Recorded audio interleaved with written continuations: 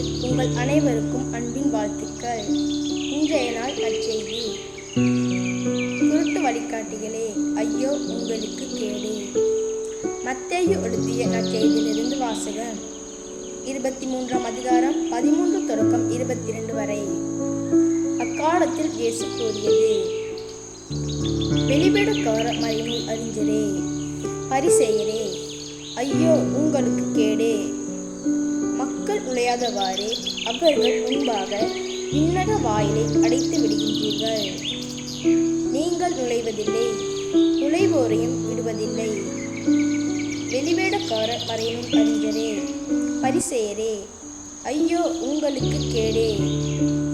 ஒருவரையாவது உங்கள் சமயத்தில் சேர்ப்பதற்கு நாடு என்றும் கடல் என்றும் பாராது சுற்றி அடைகின்றீர்கள்.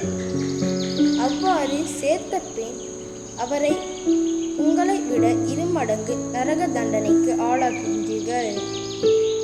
குருட்டு வழிகாட்டிகளே, ஐயோ உங்களுக்கு கேடு.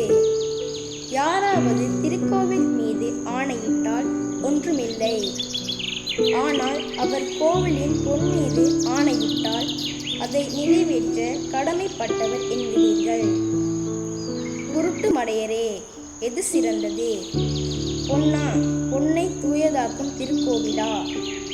யாராவது பலிபீடத்தின் மீது ஆணையிட்டால் ஒன்றுமில்லை, ஆனால் அவர் அதில் படைக்கப்பட்ட காணிக்கையின் மீது ஆணையிட்டால் அதை நிறைவேற்ற கடமைப்பட்டவர் என்கிறீர்கள்.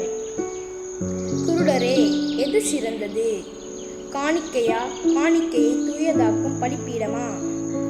எனவே பலிபீடத்தின் மீது ஆணையிடுகிறவர் அதன் மீது அதன் மேலுள்ள அனைத்தின் மீதும் ஆணையிடுகிறார். திருக்கோவிலின் மீது ஆணையிடுகிறவர் அதன் மீது அதில் குடிக்கொண்டிருக்கிறவர் மீதும் ஆணையிடுகிறார். வானத்தின் மீது ஆணையிடுகிறவர் கடவுளின் அரியணை மீதும் அதில் வீற்றிருக்கும் கடவுளின் மீதும் ஆணையிடுகிறார்.